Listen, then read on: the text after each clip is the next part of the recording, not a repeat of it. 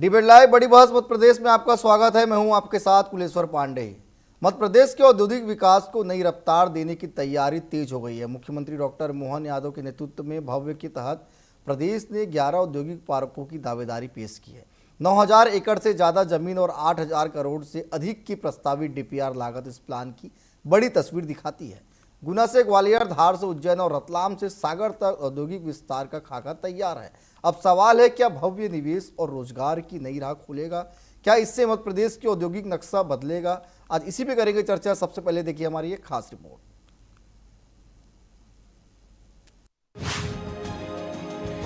Bhavya MP की बड़ी औद्योगिक दावेदारी। एमपी में 11 नए इंडस्ट्रियल पार्क, 9,000 एकड़ में औद्योगिक विस्तार। भव्या से कितनी बदलेगी एमपी की तस्वीर? भव्या के तहत मध्य प्रदेश ने 11 औद्योगिक पार्कों की दावेदारी पेश की है। इन प्रस्तावों का कुल क्षेत्रफल 9,000 एकड़ से ज्यादा है, जबकि प्रस्तावित डीपीआर लागत 8,000 करोड़ रुपए से अधिक बताई गई है। मकसद है उद्योगों को जमीन के साथ जरूरी सुविधाएं उपलब्ध कराना और निवेश का माहौल मजबूत करना। गुना से ग्वालियर, धार से उज्जैन, रतलाम से सागर और जबलपुर से सतना तक औद्योगिक विकास का नेटवर्क तैयार करने की योजना है। प्रस्तावित पार्कों में plug and play infrastructure, logistics, R&D, skill development और श्रमिक सुविधाओं पर जोर है। यानी लक्ष्य सिर्फ औद्योगिक जमीन नहीं बल्कि पूरा इकोसिस्टम तैयार करना है। मध्य प्रदेश की सरकार एक ऐसा वातावरण देने का काम कर रही है जिससे निवेश प्रस्ताव लगातार बढ़ रहे हैं। उनको धरातल पर उतारने के लिए हम पूरी तरीके से प्रतिबद्ध होकर काम कर रहे हैं।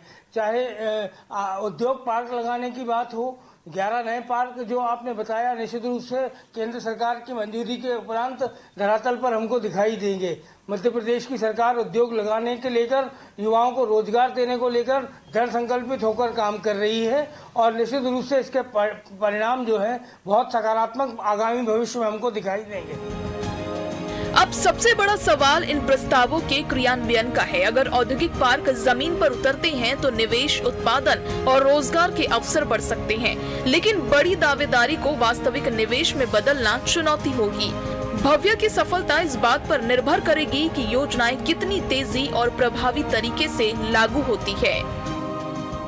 अभी तक जितने बड़े बड़े प्रोजेक्ट्स के नाम पे जमीनें अलॉट करी गई है, इतने 20 साल से कहीं ना कहीं जितनी इन्वेस्टर समिट करी गई है, जितने विदेशों के अंदर रोड शो करे गए, पहले एक white paper Bharatiya Janata party जारी करे कि हमने इतने करोड़ों रुपए, अरबों रुपए इन्वेस्टर समिट के नाम पे करे, और हर साल देखते थे कि इन्वेस्टर समिट होती है तो 1.5 लाख करोड़ का, 250 लाख करोड़ का, 500 लाख करोड़ का कहीं ना कहीं फंड आने की बात करी जा रही थी। वो पैसा कहां गया? वो उद्योग कहां गए? पहले इसका जवाब दे। रोड मैप तो इनके पास है ही नहीं। सीधे तौर पे कैसे जनता को गुमराह कराया जाए, यही काम भारतीय जनता पार्टी। 11 औद्योगिक पार्क, 9,000 एकड़ से ज्यादा जमीन और हजारों करोड़ की दावेदारी। भव्या से उम्मीदें बड़ी है। अब असली परीक्षा प्रस्तावों को जमीन पर उतारने की है। निवेश, उद्योग और रोजगार बढ़े तो एमपी का औद्योगिक नक्शा सच में बदल सकता है। Bureau report, TV 24।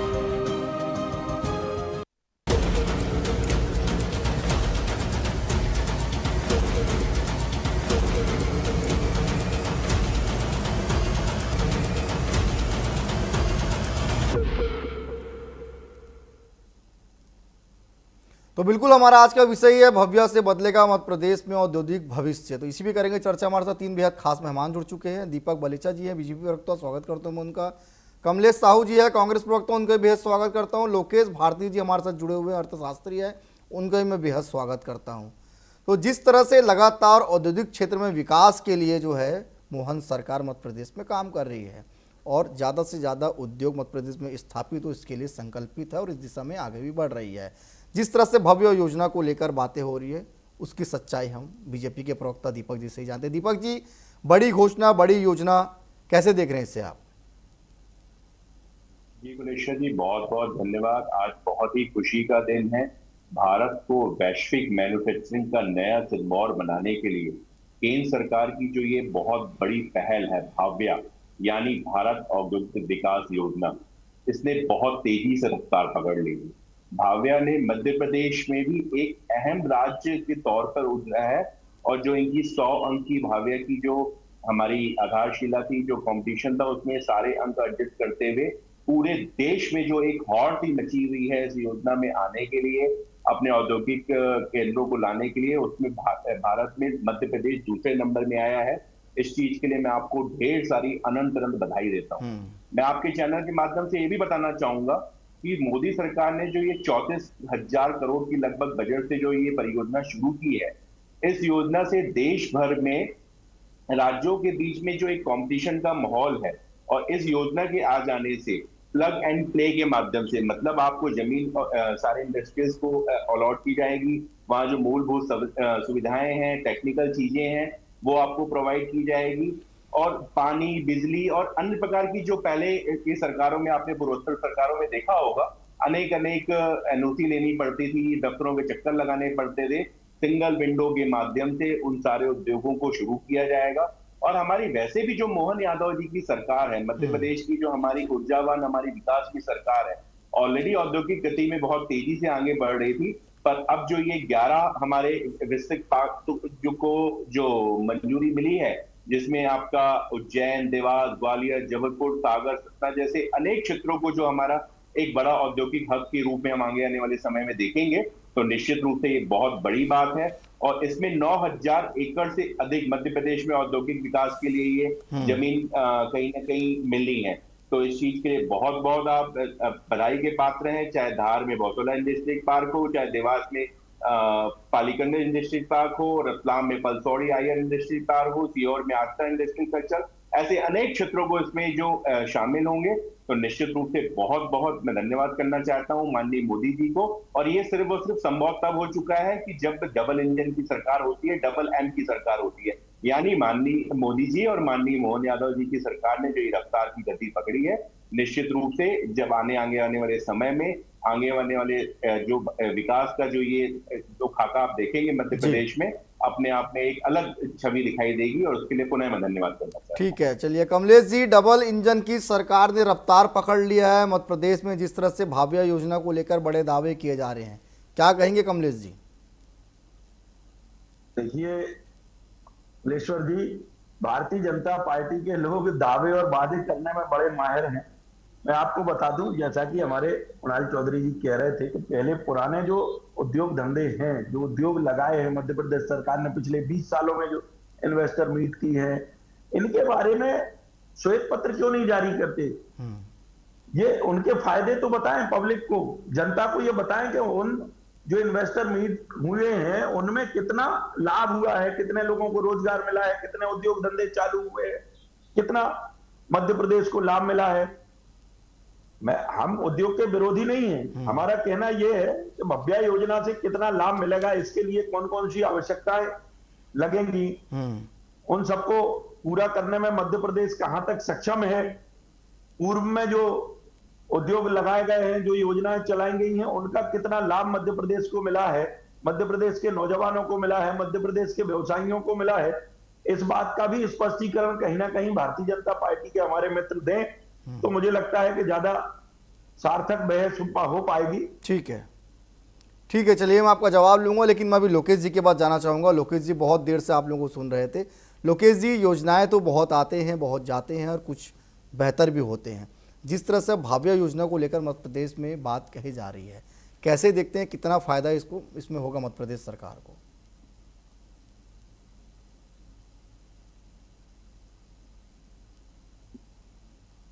लोकेश जी,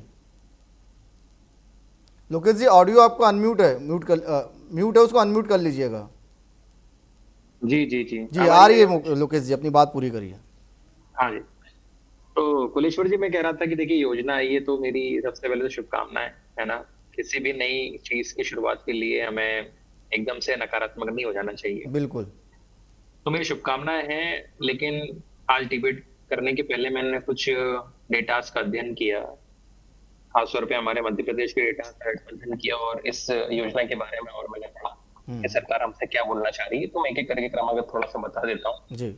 सबसे अच्छी चीज ये है कि इसमें एक ऐसी योजना को आप कह सकते हो प्रमोट किया जा रहा है जो रीजनल डिस्पैरिटीज को कम कर रही है। कि पहले जो इन्वेस्टमेंट्स आती थी वो कुछ एरिया तक ही कॉन्सेंट्रेट होकर रह जाती थी। तो जैसे इंदौर हो गया, आप कह सकते हो भोपाल हो गया, पीतमपुर हो गया, है ना, इन्हीं आसपास एरियाज में ये हमेशा कॉन्सेंट्रेट होती रहती थी। तो इस बार जो योजना है उसने लगभग 11 इंडस्ट्रियल एरियाज फोकस किया है, तो रीजनल डिस्पैरिटीज इससे कम होगी होगी। दूसरा कि कहीं ना कहीं पर जो रीजनल एम्प्लॉयमेंट है वो बढ़ेगी, लोगों को क्षेत्रीय स्तर पर रोजगार मिलेगा, और ना केवल इतना, जो बैंकिंग है और जो सर्विस सेक्टर है वो बढ़ेंगे। तो ये तो हो गई कुछ अच्छी अच्छी बातें इस योजनाओं की, ठीक है। अब आंकड़े क्या कहते हैं थोड़ा सा उसको भी समझ लेते हैं। हमारी जो टीवी 24 की जनता है वो साधारण भाषा ज्यादा समझती, तो मैं इसे बात करना पसंद करूंगा। देखिए, योजना के लिए जो मैंने पढ़ा लगभग 33,660 करोड़ जो है वो आवंटित है। अब ये सुन के ऐसा लग सकता है कि ये जो पूरा पैसा है वो मध्य प्रदेश को मिल जाएगा। एक आम जन को तो ये लग सकता है, लेकिन मैं आपको बता दूं कि ये 33,660 करोड़ जो है वो एक एनवलप है, और इस एनवलप के अंदर जो मध्य प्रदेश के लिए चेक जारी किया गया है वो है 8,144 करोड़। तो लगभग आप समझ सकते हैं कि 8100 करोड़ जो है वो मध्य प्रदेश को मिलेंगे इसमें से। लेकिन थोड़ा सा इस चीज को समझना होगा हम सभी लोगों को कि ऐसा नहीं है कि इंडस्ट्रियल पार्क बन जाने से इंडस्ट्रियल प्रोडक्शन हो जाएगा, ठीक है, ऐसा बिल्कुल भी नहीं है। तो फिर क्या है, हमें देखना होगा कि क्या जो इंडस्ट्रियल पार्क्स बनने वाले हैं उसके लिए जमीन की उपलब्धता है, क्या जो एमओयू हमारे पास आए थे वो उसमें से कितने प्रोजेक्ट में तब्दील हुए, उसके अलावा जो हम बात कर रहे हैं कि जॉब जनरेट होगी, उससे डायरेक्ट इनडायरेक्ट जॉब्स जो जनरेट होंगी, उसका एस्टिमेशन क्या है, वो उसका आधार क्या है, किस आधार पे बोल रहे हैं जी। और जो परसेंटेज ऑफ इन्वेस्टर्स हैं वो कितने इसमें आप कह सकते हो इंटरेस्टेड हैं इन्वेस्ट करने के लिए। इसी प्रश्न का जवाब देते हुए मैं गुलेश्वर जी बताना चाहता हूं कि ये जो प्रोजेक्ट है जिसमें हम लोगों को लगभग ये 8100 करोड़ जो आवंटित होंगे, वो ऐसा नहीं कि सरकार जो है वो मुफ्त में बांट रही है। सरकार ने कहा है कि ये किन क्षेत्रों को मिलेंगे। सबसे पहले तो ये उन क्षेत्रों को मिलेंगे, प्रोजेक्ट किस बेस पे मिलेगा कि आपके स्टेट की स्ट्रेंथ क्या है। जी। दूसरा, अभी जिसकी मैं बात कर रहा था कि भूमि की उपलब्धता कितनी है। तीसरा, हमारे पास में जो लोग हैं वो कितने इन्वेस्ट करने के लिए तैयार, और चौथा कि हमारा जो सेक्टोरियल पोटेंशियल है, खासतौर पे जो इंडस्ट्रियल सेक्टोरियल पोटेंशियल है वो कितना है। इसमें अच्छी चीज मैं बता देता हूं पहले आपको कि जो स्कोर्स निकलते हैं अमंग द स्टेट्स, उनको इंटरनल स्कोर्स बोलते हैं जी। इंटरनल स्कोर्स जो है उसमें मध्य प्रदेश का स्थान 95 है, मतलब हमारा इंटरनल स्कोर 95 है, which is a very good sign. इसका मतलब क्या हुआ, इसका मतलब ये हुआ कि जो प्रोजेक्ट है उसके मिलने के आसार हमारे यहाँ पे कंपैरेटिवली ज्यादा है, ठीक है ना, इंटरनल स्कोर की वजह से। जी जी। और वो भी मुख्य रूप से कहाँ पर है, उज्जैन, देवास, रतलाम और शाजापुर, ठीक है मतलब लोकेश 11 जी। जिनकी बात कर रहे थे उनमें से ये जो मुख्य हैं, उनके आधार पे हम लोगों को ये प्रोजेक्ट और उस प्रोजेक्ट से मिलने वाली जो राशि है वो मिलना की संभावना है। और लास्ट जिसकी मैं बात कर रहा था कि जो इन्वेस्टमेंट प्रपोजल है, ठीक है लोकेश जी, मतलब ये माना जाए कि जो भाव्य योजना की बात करें निश्चित तौर पे एक सकारात्मक रूप लेकर आएगा मध्य प्रदेश में। क्या क्या कह रहे हैं सर? जो भाव्य योजना की बात कही जा रही है उसके तहत निश्चित तौर पे मध्य प्रदेश में विकास की और औद्योगिक क्षेत्र में ज्यादा से ज्यादा होगा। बेशक, तो मुझे लगता है कि इसमें इससे जो संभावना है वो मध्य प्रदेश के लिए काफी बढ़ेंगी, है ना, क्योंकि हर लेवल पे मुझे, अगर मैं स्कोर वाइज देखूं, एरिया वाइज देखूं और इन जनरल भी अगर मैं बात करूं, तो मुझे संभावना ऐसी ज्यादा लग रही है कि मध्य प्रदेश के लिए ये जो योजना है वो आने वाले समय एक मील का पत्थर साबित होगी। और ठीक है, चलिए मील की पत्थर साबित होगी। ठीक है, चलिए दीपक जी से ले लेते हैं। दीपक जी देखिए, लोकेश जी ने स्वागत किया योजना का, उसके कई फायदे भी बताए हैं, लेकिन सवाल वही कि जो पहले जो एमओयू तमाम हुए हैं उसमें कितना निवेश मध्य प्रदेश में आया है, कितने लोगों को रोजगार मिला और कितने में काम शुरू हो गया है। कमलेश जी का भी सवाल वही था, लोकेश जी का भी कुछ सवाल वही है।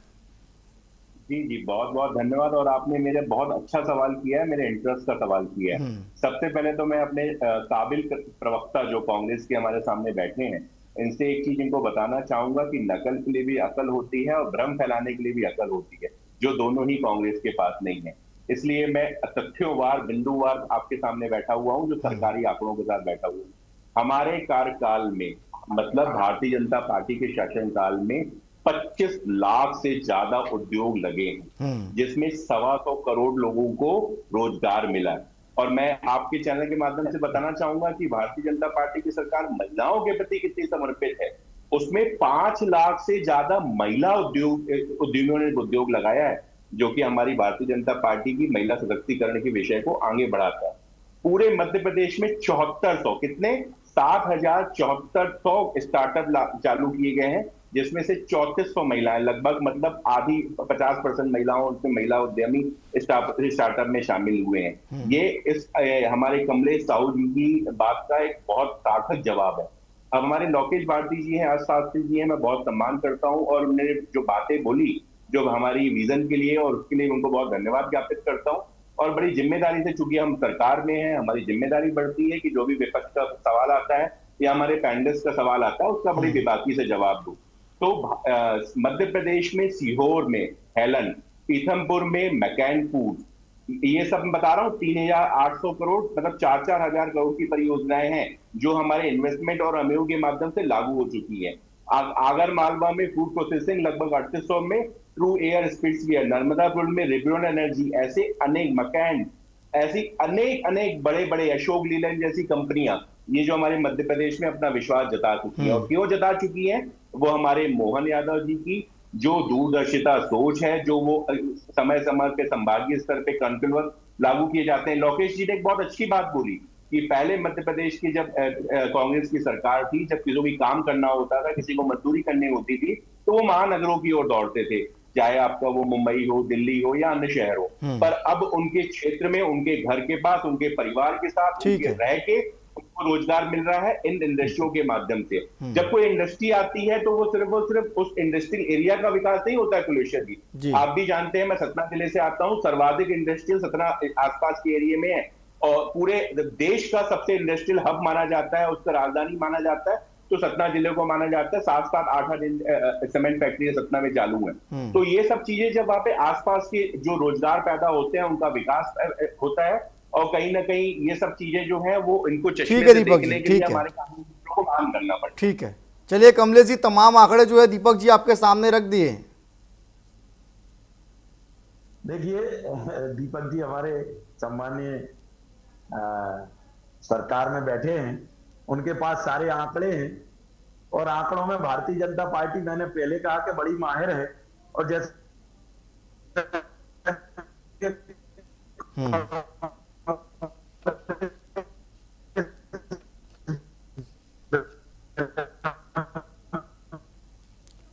चलिए कमलेश जी के ऑडियो में कुछ प्रॉब्लम आ रहा है, हम सीधा लोकेश जी के पास चलते हैं। लोकेश जी, क्या पहले बने इंडस्ट्रियल पार्क पूरी क्षमता से मध्य प्रदेश में चल रहे हैं अभी? देखिए, अगर सरकारी आंकड़ों की हम लोग बात कर रहे हैं कुलेश्वर जी, तो वो यही कहते हैं कि हमारे जितने भी एमओयू साइन हुए थे, है ना, उसमें से केवल 20 से 30% ही मुख्य रूप से जाके जो जमीनी स्तर पे जाके जो है कार्यरत हुए हैं। तो मेरा हमेशा से ये बोलना है कि हर बार अगर हम एमओयू साइन करते हैं तो वो करना चाहिए, उसमें कोई संदेह नहीं है। लेकिन हमें जो पुराने एमओयूज हैं, है ना, वो कौन से कारण है जिसकी वजह से वो धरातल पे आके, है ना, सक्सेसफुली एग्जीक्यूट नहीं हो पाया। तो इसके लिए सरकार को आप कह सकते हो कि काम करना चाहिए, इन्वेस्टिगेट करना चाहिए, उसके आप कह सकते हो जेन्युइन फीडबैक्स जो हैं वो लेके आना चाहिए। अभी मैं एक रिपोर्ट पढ़ रहा था जिसके अंदर ये है कि जो हमारे रीजनल इन्वेस्टर्स हैं, है ना, वो इन्वेस्ट करना चाहते हैं, लेकिन अवेलेबिलिटी ऑफ जो फाइनेंस है वो कई बार अवेल नहीं हो पाता।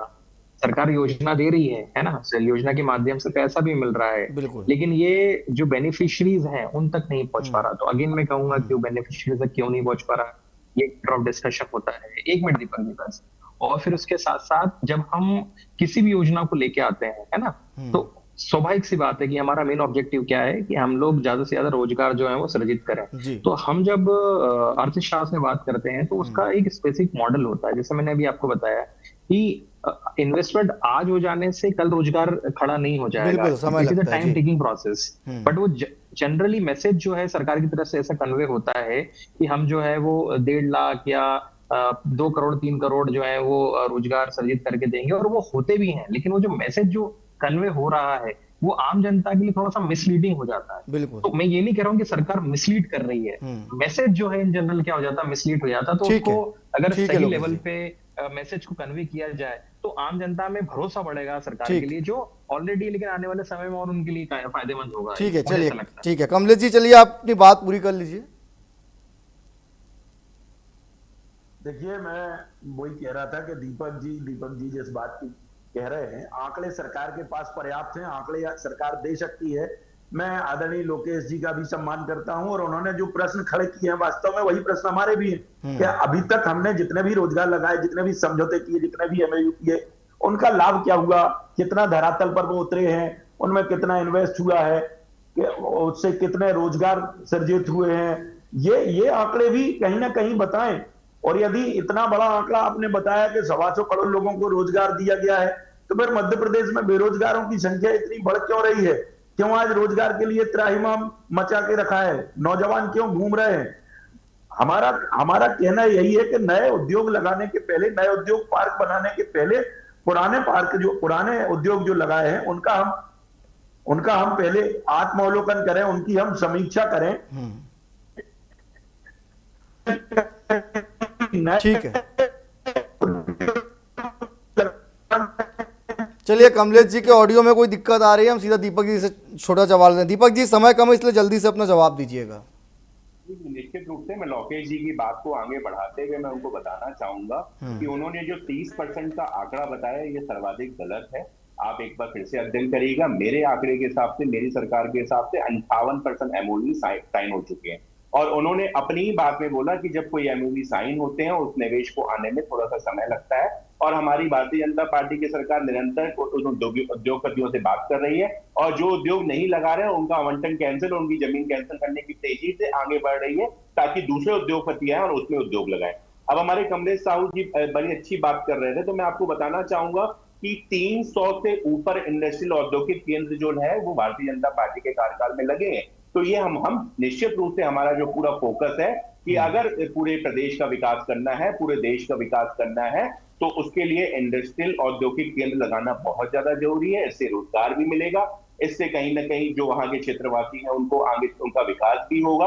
और भारतीय जनता पार्टी की सरकार जो है, जितने भी रीजनल काउंसिल हुए हैं, अब क्योंकि समय बहुत सीमित है, मैं आपको रीजनल वाइज जिस संभाग में कितना इन्वेस्टमेंट एमओयू साइन हुए थे और कितना धरातल पाए हैं वो मेरे पास तथ्यात्मक समझ। ठीक है, चलिए लोकेश जी, समय कम है, जल्दी से जवाब दे दीजिए आप भी। जस्ट मैं दीपक जी का ही जवाब देना चाहूंगा। सर, आप बहुत सीनियर है मुझसे, हो सकता है मुझसे गलती हुई हो, लेकिन मैंने जो रिपोर्ट देखी है वो कुछ सरकार की रिपोर्ट देखी थी, अभी मैंने फिर से चेक किया, लेकिन जो 2025 की हमारी जीआईएस की रिपोर्ट थी उसी के आधार पे कुछ सरकार ने ऐसा कहा है कि हमारे पास में जो इन्वेस्टमेंट्स आई है ना, वो धरातल का की कन्वर्ट नहीं हो पाए। और उसमें बस 2 डेटा आपके साथ में शेयर करना चाहूंगा, जनता के साथ भी। जो इन्वेस्टमेंट प्रपोजल था वो था हमारा लगभग 12.98 लाख करोड़, मेरा नहीं सरकार का ही है। ग्राउंड रियलिटी पे केवल 4.73 लाख करोड़ ही हो पाया है। और जीआईएस के अकॉर्डिंग जो 30 लाख करोड़ जो इन्वेस्टमेंट के प्रपोजल थे, ये रिपोर्ट में मेंशन है। ठीक है। और धरातल पे आके लगभग 8.63 लाख करोड़ ही जो है हो पाए हैं। तो अगर 30 में से अगर आप 8 भी घटाते हैं तो मेरे हिसाब से 22 लाख ठीक है लोकेश जी, अभी भी वर्तमान में नहीं आ पाएगी। तो मैं खुद सरकार की रिपोर्ट से ही बता रहा हूँ। ठीक है, चलिए इस विषय को यहीं पे समाप्त करते हैं लोकेश जी, क्योंकि समय जो है इजाजत नहीं दे रहा है। फिलहाल आप तीनों मेहमान हमारे साथ जुड़े, आप तीनों का बहुत धन्यवाद। तो कुल मिलाकर मध्य प्रदेश सरकार जो औद्योगिक क्षेत्र में भी जो है तीव्र गति से आगे बढ़ रही है। सरकार का लगातार प्रयास है कि ज़्यादा से ज़्यादा उद्योग जो है मध्य प्रदेश में स्थापित हो, ताकि मध्य प्रदेश के युवाओं को ज़्यादा से ज़्यादा रोजगार मिले। लेकिन कांग्रेस उस पर कई प्रश्न चिन्ह खड़े कर रही है। फिलहाल आज के लिए इतना ही, कल किसी और विषय के साथ होगी मुलाकात। मुझे दीजिए इजाजत, धन्यवाद।